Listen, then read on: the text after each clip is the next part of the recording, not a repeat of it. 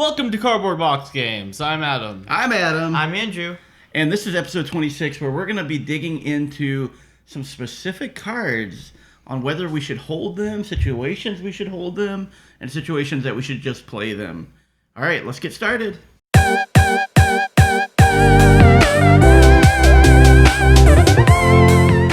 All right, every week we do start off with card of the week. I'm starting off with Exhume. This is a discard that gives you a single amber for playing it. And in my opinion, one of the best cards in the set. It is amazing. So I wanted to call that out in our card of the week. This card is phenomenal. And what it does as an action is you play it and you choose a creature in your discard pile.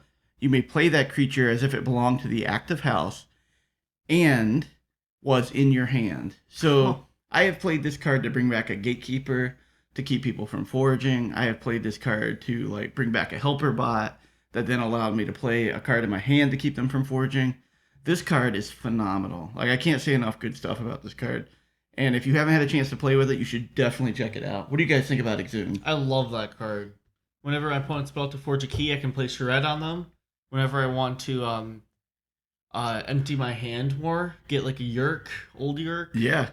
You can bring back so many utility things with it. Yeah. I have never seen that card before. So. You haven't seen it? You haven't? Nah, It's in every single one of my decks. It's in a lot of decks. It seems you need powerful. to play more Age of Ascension.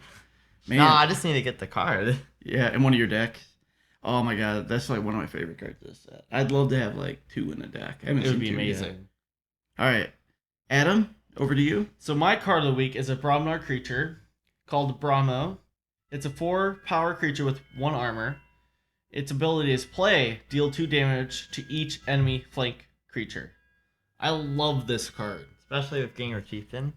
I love it with Drummerknot. Drummerknot. You can Drummer, play yeah. Brahmo down, deal 2 damage to their flank creatures, play Drummerknot, get him back to your hand, play him again, 4 damage. That's amazing. And if you don't have Drummerknot, it's still 2 damage on both sides. Which is pretty good. It's awesome.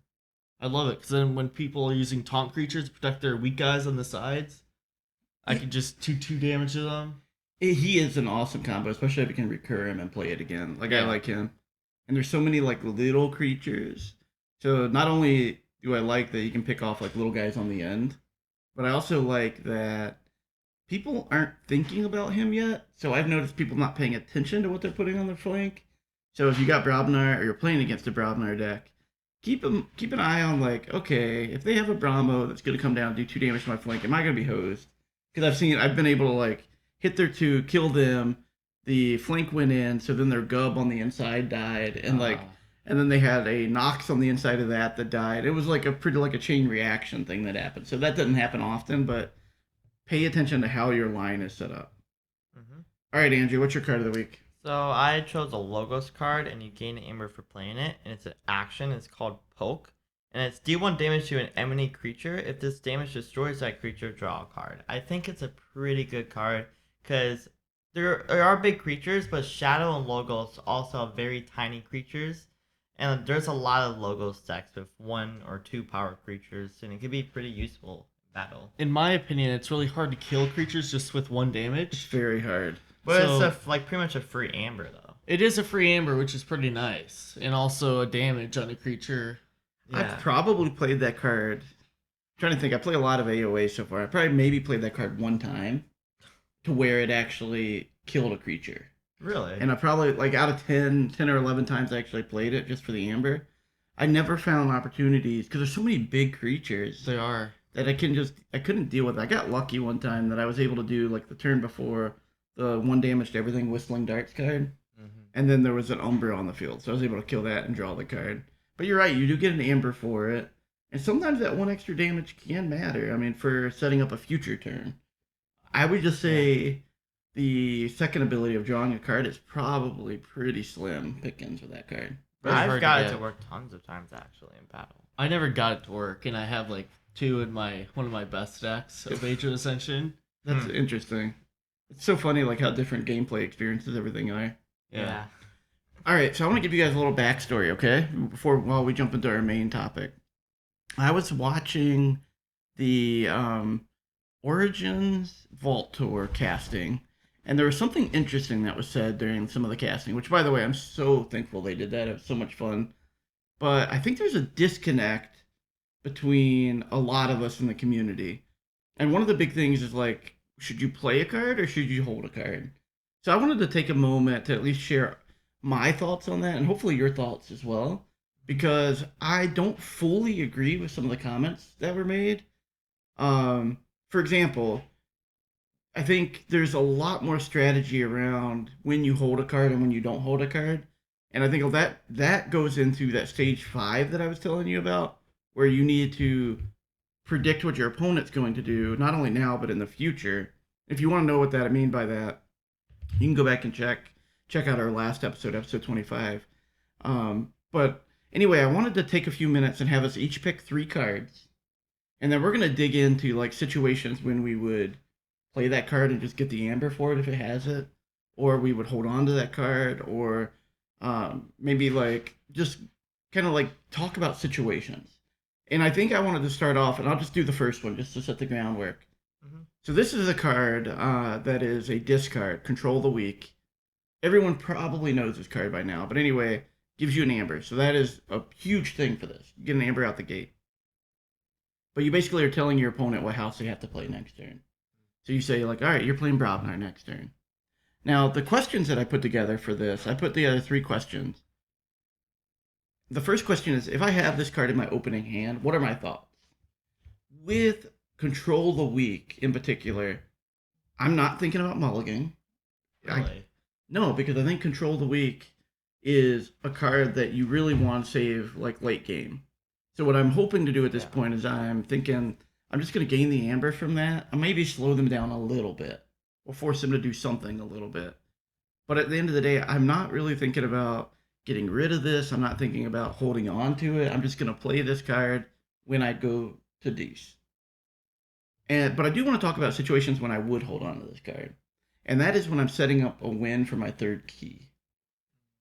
So I would very strategically, if I can get it to the point where I'm going to hit 6 amber, and I know they're playing a house that is maybe like not this turn. So maybe like I'm at 5 amber, I'm holding on to Dis, but I know if I go my next turn, I'll be able to reap a bunch and I'll be able to hit over 6 amber. I'll hold on to Control the Weak to force them to pick a house that'll hopefully lock the game up for me. And then any other time than that, I typically would just play that card. Makes So sense. I would hold on to that card in a situation that's going to allow me to force them to let me, especially if they have a lot of steel and control. And I understand their houses. So any thoughts about Control the Weak? Like, do you guys hold on to it more than that, or do you? I only hold on to it when I'm about to forge a key. Same here. Otherwise, I just play it right away, Mm. just to like slow them down. And if they have a huge gigantic creature board, I just pick a house that they don't have creatures on. And so force that- them to go somewhere else. Yeah. Same here. If I start off with Control of the Weak, for my starting hand, I would usually mulligan it because I feel like it's more good for late game, and that's what I would usually do. And then if I'm in the middle of the game, about to plan out to get a key, then I'll just use it. Interesting. Yeah, I would never think about mulliganing with Control the Weak in my hand. I'm always like, there are other cards we're going to talk about that I do think about mulliganing. Yeah. And maybe that's a good segue into our next card. So, Andrew, what's your first card and then we'll ask those same 3 questions. So my card I chose is a shadow card. You gain amber for playing it, and it's called Too Much to Protect, and it's an action. I think everybody knows this card. Pretty overpowered. Steal all but 6 of your opponent's amber. It's an amazing card, but I would mulligan it if I get it from the way beginning. So, sure. in your opening hand, you're thinking about mulliganing. Yeah, because it's good for endgame. So, I'm also thinking about mulliganing if I get that in my opening hand. Agreed, yeah. That card is too powerful to like get out of your deck early on, and you're in the same boat. Yes. So we agree with you would mulligan that. All right, let's say that you have mulliganed, and you get that card in your second round of hands. What do you do in that situation? So, depending on if my shadow is pretty good, I would just play it just for the amber. Okay. Yeah. I wouldn't hold on to it. I would hold on to it if I have like an urchin maybe with it, just for like a combo. But depending, you said this is early game, right? Early In the game, beginning. yep. So I probably would just play it for the amber right away, gain as much as I can. I would save it if I had urchin. So Maybe. yeah, for me it definitely would depend on what the rest of my hand looks like. Yeah. Yeah. I would try my best to stay away from shadows until I could utilize it. Because honestly, that card is a game-breaking card in my opinion. Like, especially when I pair it up with something like miasma. One of my absolute favorite things to do is like, oh, you have 7 amber. Okay, I'm gonna miasma you, and then you're gonna gain more amber, and I'm gonna too much protect you for like 5 amber, and then I'm gonna play my one routine job because I have a deck with 2 routine jobs, and I keep going back to that in my mind when I'm thinking about this. And I just hang on to one routine job and too much to protect. And I can literally keep my opponent from ever forging a key with that deck. And it is just a blast to play. So what about you, Andrew? If you had it in your, would you just play it for Amber early game? I would. I don't know. It depends on my hand. If that's the only card I have of Shadow, I would just keep it because Until you have to do shadows? do it till I have to do Shadow, and probably that would be like 3 to 4 turns, maybe. So that's more time to see if I can actually use it. But if I still can't, I'll just play it because it's like kind of like a chain on yourself, but it's a great card. Yeah, anytime you're choosing to play a card, or not to play a card, to hang on to a card when you have gone that house, you are basically chaining yourself. And in my opinion, there are cards that we're going to talk about today that are worth hanging on to for a couple rounds. And so if I look at too much to protect, if I'm not planning on going shadows, if it's early game, my opponent's nowhere near 6 amber, I'm not thinking about coming back to shadows for a few turns, at least 2 turns out. I'm just going to play it for the amber. Almost always. But if I can see a route where my opponent is getting close to forging a key, I can stay away from shadows for a little bit. I will just do my best to not go shadows as long as possible. But if I end up having to go shadows, I will very well debate holding on to that card in hopes that in 2 turns I can come back to shadows, depending on what the board state is. Like, I'm okay with adding 1 chain on myself or 2 chains on myself for a card like Too Much to Protect. In the case that I know that it's going to make a huge swing in the game. So that's anyway how I look at that. Anyway, Adam, what's your first card that we want to talk about? My first card is Evanescent Principle. This is a tough one. It's a Logos card, and its action says play. Each player loses half their amber, gain 1 chain. So for me, if I get it my first hand, I'd mulligan right away. Yeah. But then if I still had it, I would definitely hold on to this card. It halves everyone's amber, and it only gives you 1 chain. And that to me is pretty. So early game, do you awesome. hold on to this game? This card. I mean, on mulligan if it's in my first hand. What if you drew it like turn 2 or something like that? Then you keep. I would still keep it. You keep it? Okay. There's not many cases where you get rid of this card. Not really. Okay. What about you? It depends because it depends on my hand. You know, I mean, I would keep it. I wouldn't mulligan. I would keep the card because it seems pretty powerful. It just depends if I have lots of Logos cards and then I would keep it. It's a pretty powerful card. You gain 1 chain for halving your amber. At the beginning of the game, your opponent could gain 3 amber, and you probably have 0. You can just half their amber off the bat. Yeah, but they would only lose 1, so that's where the debate is. So that's a tough one for me. So I'm actually on the fence with that one, where I'm more likely to focus on discarding that one early game. That's my Discard it? discarding it. Yeah, you're not going to play it if they don't have any amber. So I'm like, let's say you have 4 amber and they have 3 amber. Are you going to play that? I wouldn't. I wouldn't know. So, Yeah, but it's rough. but I will say there are situations where I'm about to forge a key and my opponent a little bit behind me.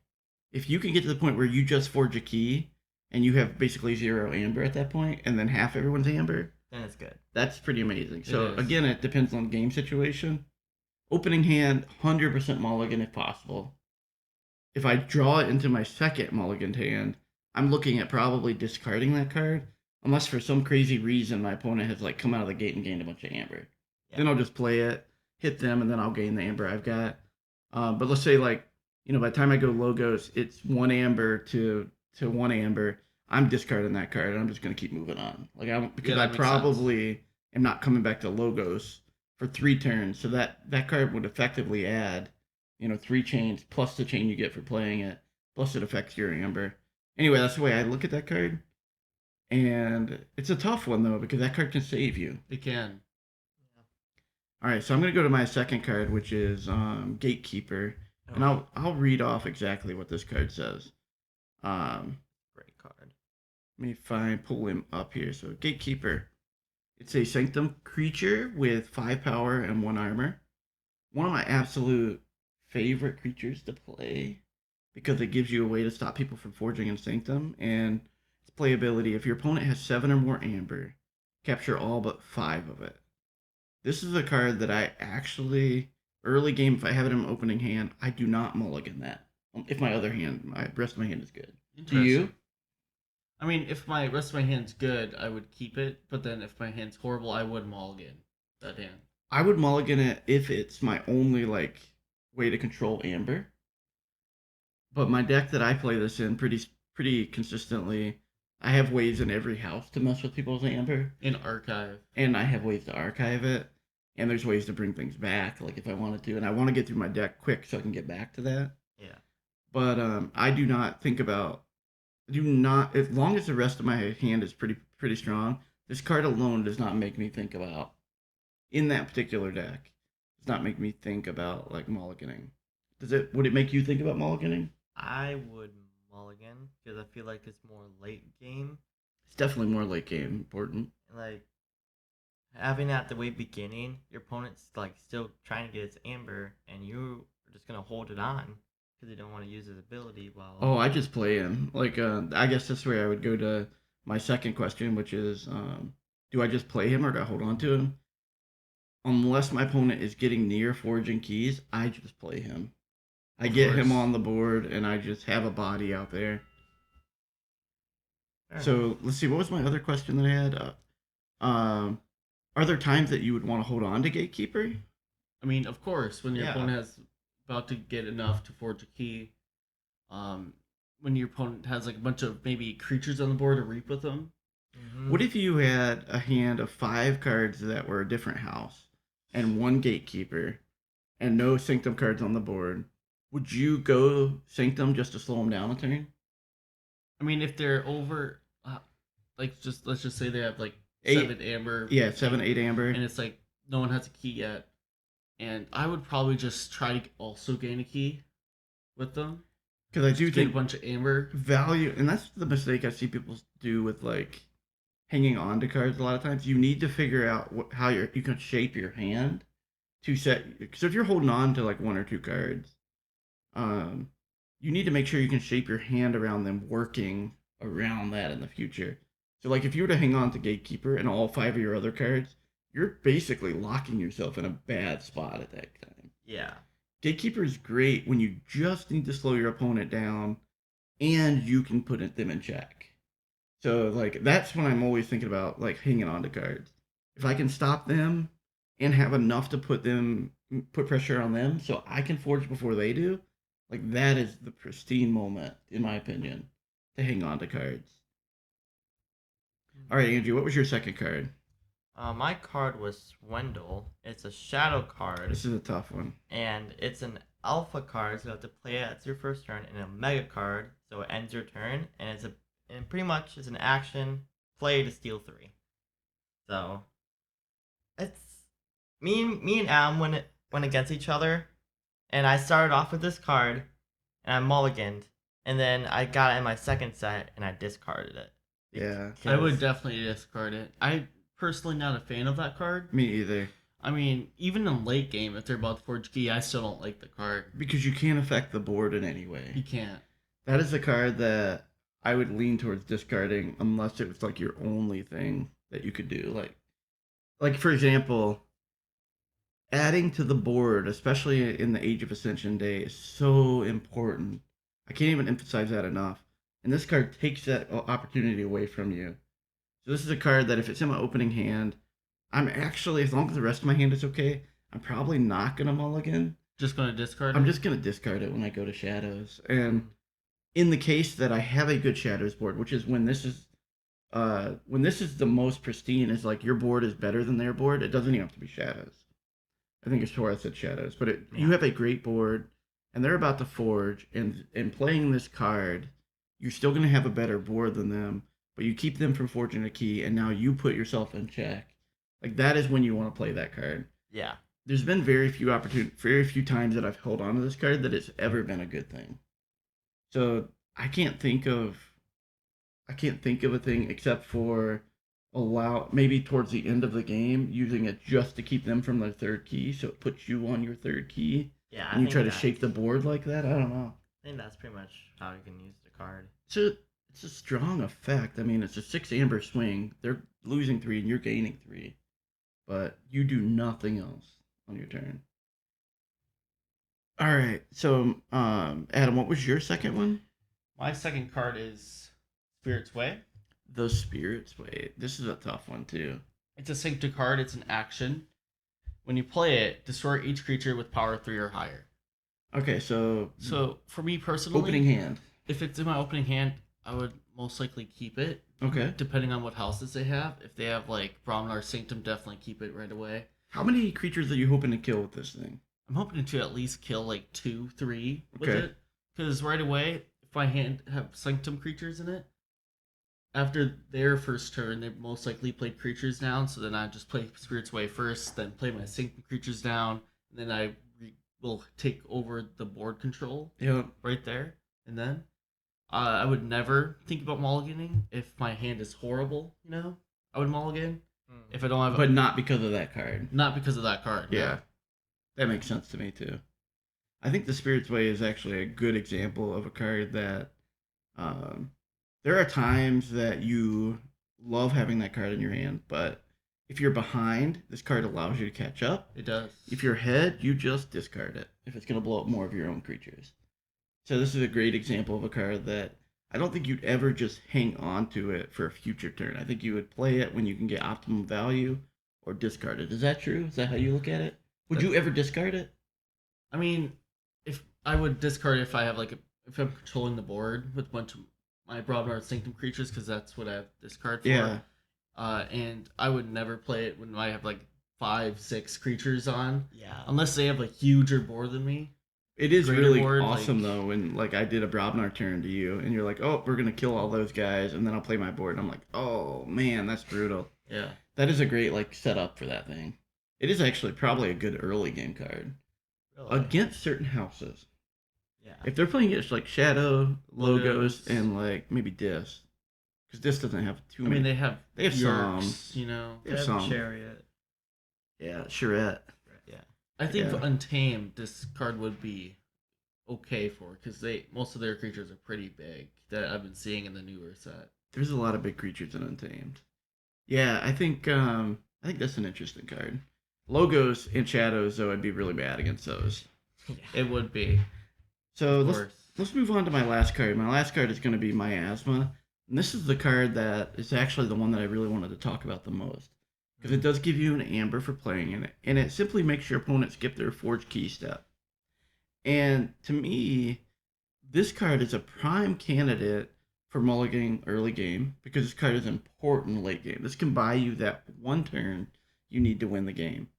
So I think that is, in my mind, if it's my opening hand, I would most likely want to mulligan this. Does it buy your Yeah. turn the whole entire turn? Because if your opponent has key charge, would that help them win the game? They can still win the They game can that still way. win the game. Yeah. Okay.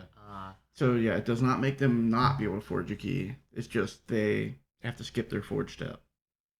And in the Vault Tour, there was a person that was playing that held on to Miasma, and one of the casters said, "I would not have held on to that. I would have played it." And I was thinking, looking at the board state, his hand, and where everything was, I would have held on to it as well. And I found it very interesting because I think Miasma is something that you should very strategically pick your moments to use, Yeah. and then get you that little bit of advantage, because it doesn't matter how much amber your opponent controls. It matters when they forge their third key. And there are times that I've miasmaed someone, and I've actually been miasmaed to where I had plenty of amber for all 3 of my keys. I just couldn't forge all 3 of them quick enough, where they were able to forge quicker. And playing miasma at key moments like that is just super powerful. But anyway, I've got a deck with 2 or 3 of them, and I will very strategically back to back miasma them once I get a shadow board down. And it is fantastic because I'm like, okay, I'll forge a key. let's set up another roll. You skip. I'm getting in a position to forge another key. And again, I go with miasma.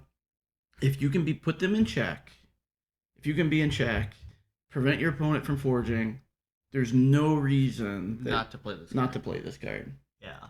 And if I had 2 in my hand, I'm very heavily Just gonna thinking play about one. playing about 1 and thinking about coming back to shadows in 2 turns. But again, it comes to knowing your deck, knowing your board, knowing what your opponent's doing, and setting yourself up for a position where 2 turns from now, you're okay coming back to shadows, potentially even next turn coming back to shadows. Really? If you think about it, if you have a pretty good board of shadows and things that you can do, and let's say you've dumped your hand, you've got 3 cards, you're down to 3 cards, one of them's a remaining miasma that you hang on to, there's a chance you draw 1 more shadows card, and you've got your stuff you can utilize. In my mind, like I'm thinking, I'm okay coming back to shadows next turn, potentially playing 2 cards, slowing them down another turn, and hopefully, if I've done the math right, going to check. So this is one that I think if you're playing, you start getting up in skill level, knowing when to just play miasma for amber and when to use it to slow down your opponent is so important. So that hopefully kind of gives you kind of my view on that. Do you have any view on miasma, Joe? I think miasma is a great and beautiful card. I honestly think it's an awesome card because I would mulligan it if I get at the first turn, and then if I get it with my second, that I would probably keep it. Maybe. You think you would hang on to it for a little while? I think I would hang on to it. It depends on my hand. If I have a lot of shadow cards, I would probably like this. I don't know. Early game, I'm gonna probably just play it for amber. Mm. I'm thinking if they have 4 amber, 5 amber, and they're getting close to forging or getting close to having, I would definitely keep it. I would keep it, or I would try to stay away from shadows until I can move into shadows to make that play. So I use a lot of these cards to like help me pick which house. Even if I have 3 shadow cards and I have 2 of another house, I may move to that other house, knowing that the following turn I have to come shadows, and maybe I get a 4th shadow card by dumping those 2 cards and pulling them in. If that makes sense. Makes sense. Yeah, it makes sense. So anyway, miasma is one that I find very fascinating. I would love to know what everybody else thinks. Like, are there times that you really think you should hang on to like miasma, cards like miasma, or are there times that you think you should just play it for amber? For me, slowing down your opponent in amber control is more valuable than that 1 amber it gives you for playing it, depending on the situation. But I would say there's a good number of times that you should hang on to miasma and play it at the right time. All right, what's your 3rd card, Andrew? It's a Mars card, and it's called Uh-huh. Hypnotic Command, and it's amazing. I now like Mars now because of this card. And anyways, it's an action. It's a playability. For each friendly Mars creature, choose an enemy creature to capture one from their own side. And it is amazing card with a deck with so many Mars creatures. You have one with 9 Mars creature that you play that in, right? Yeah. I used that against you, and I was able to put 5 amber on your own guys and then just kill them all Yeah. and gain that amber and was able to get a key with that. Yeah. It's so awesome. So we're gonna ask some questions. Like, if you have this in your open hand, what do you do? I would mulligan it. You want this late game? I want it in middle game, maybe Middle late game? middle, late.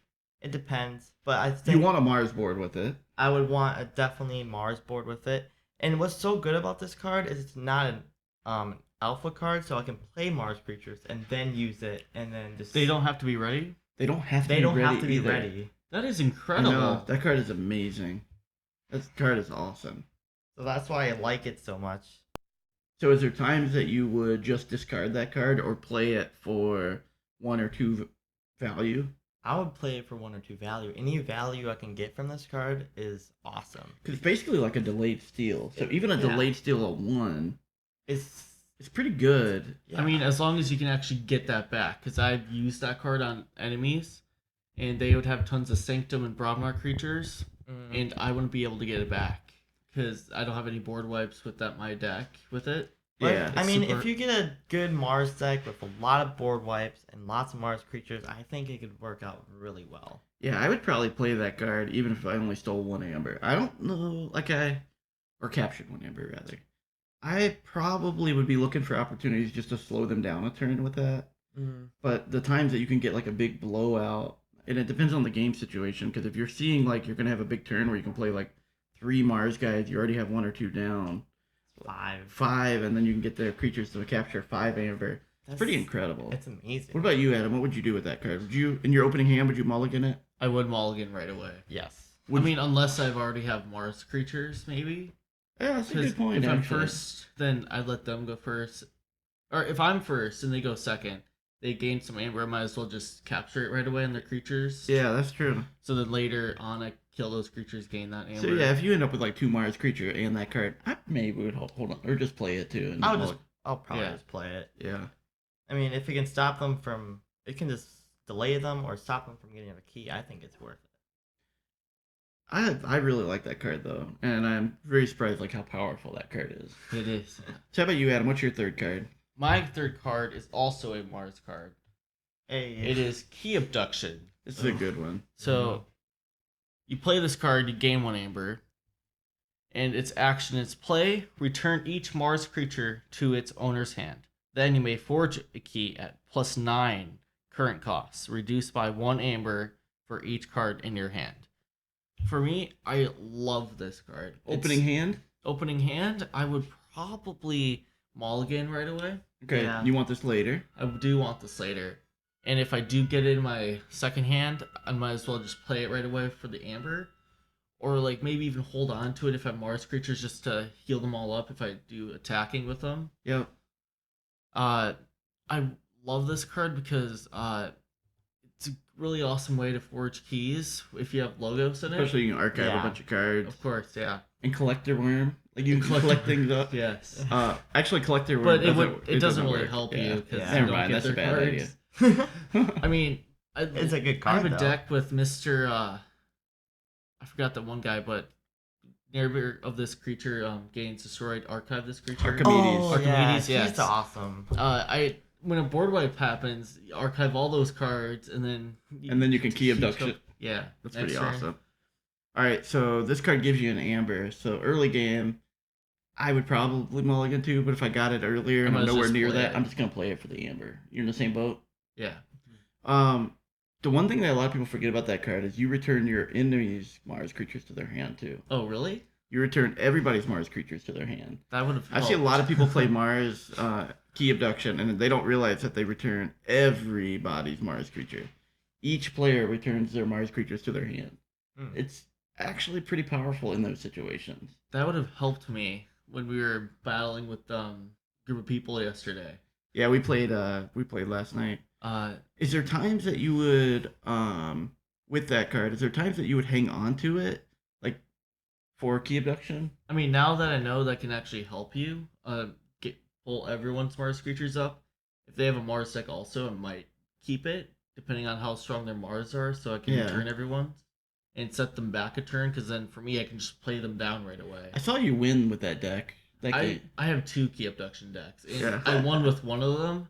I had a huge, gigantic, strong board. I have Bromnar with it. Yeah. And I just destroyed my opponent's board every single time. Didn't So you just let always them- had a board. Yeah. I just thought of something about key abduction.